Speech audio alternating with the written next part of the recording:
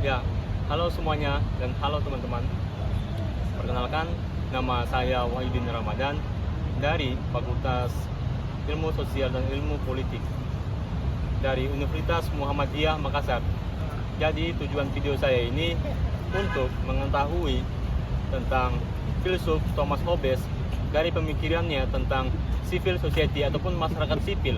Untuk lebih jelas ya, silakan nonton video saya ini. Biografi dari Thomas Hobbes. Thomas Hobbes adalah seorang filsuf politik yang di Inggris yang terkenal karena pandangannya tentang dasar pemerintahan dan teori kontrak sosial. Thomas Hobbes dikenal sebagai salah satu pemikir utama dalam era pencerahan awal yang memiliki pengaruh yang besar dalam perkembangan teori politik modern. Latar belakang dari Thomas Hobbes ialah lahir pada 5 April 1588 di Westport di Inggris. Ayahnya adalah seorang pendeta gereja di Anglikan, tetapi Hobbes tumbuh dalam lingkungan yang sulit setelah ayahnya meninggalkan keluarganya. Ia kemudian diasuh oleh pamannya yang seorang pedagang yang mampu membiayai pendidikan Hobbes.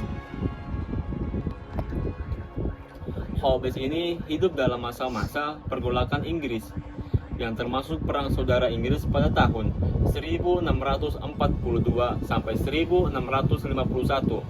Pengalaman ini membentuk pandangan yang pesimistis tentang sifat manusia dan perlunya otoritas politik yang kuat untuk mencegah kekacauan. Pendidikan dari Thomas Hobbes, di mana ia menerima pendidikan dalam tradisi skolastik. Namun, ia kemudian mengembangkan ketertarikannya pada ilmu pengetahuan filsafat.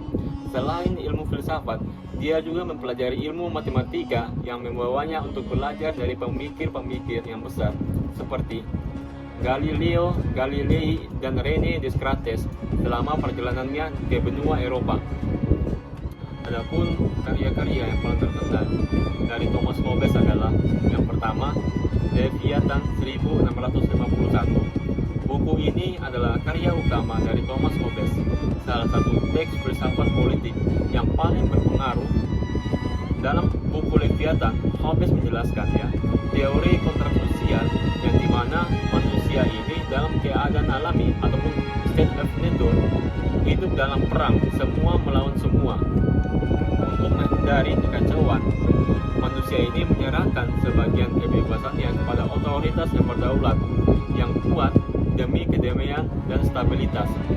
Yang kedua itu Decibel tahun 1642. Buku ini mendiskusikan masalah hak kewajiban dan hubungan antara individu serta masyarakat. Decibel merupakan bagian dari trilogi filsafat Hobbes yang dengan bersama De Corpore dan De Homine. Yang ketiga yaitu Element of Law ataupun Natural and Politic. Karya ini menguraikan pandangan awal Hobbes tentang hukum alam dan pemerintahan. Karya ini dianggap sebagai dasar bagi gagasan yang kemudian disempurnakan dalam buku Leviathan. Pengaruh dari Thomas Hobbes adalah sebagai pelopor filsafat yang politik modern, terutama dalam hal konsep kedaulatan dan kontrak sosial. Pandangan pesimistisnya tentang sifat manusia, banyak diskusi tentang peran negara, otoritas, ataupun kebebasan individu. Pemikirannya ini juga menjadi dasar bagi teori politik dan hukum yang berkembang setelahnya, termasuk pemikiran John Locke, Jean-Jacques Rousseau, dan Immanuel Kant.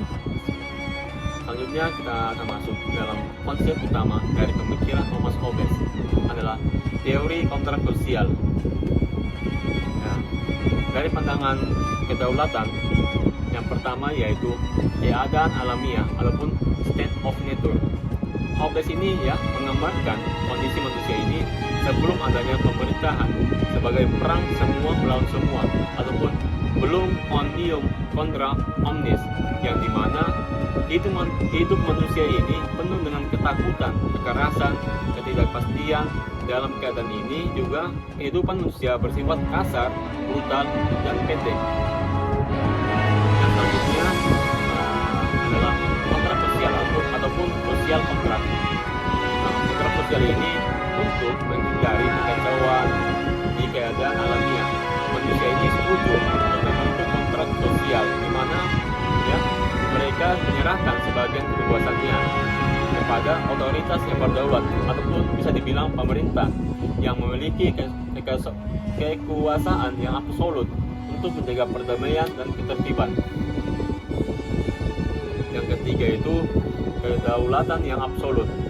Hobbes menekankan perlunya otoritas yang kuat yang tidak dapat diganggu-gugat, baik berupa seorang raja, parlemen, ataupun lembaga yang lainnya, untuk memastikan hukum yang ditegakkan dan konflik yang diminimalkan.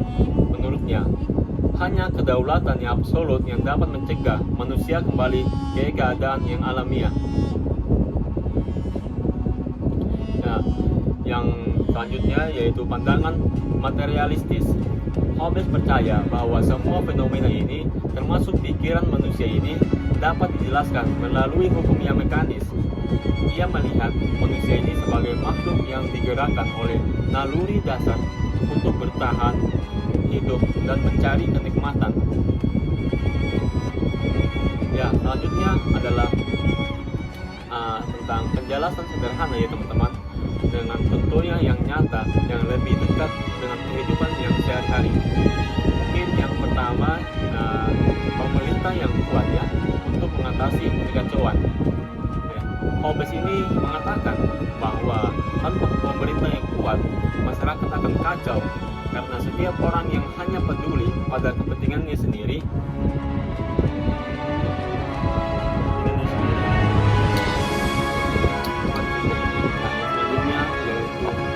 Keamanan dalam hubungan antar negara.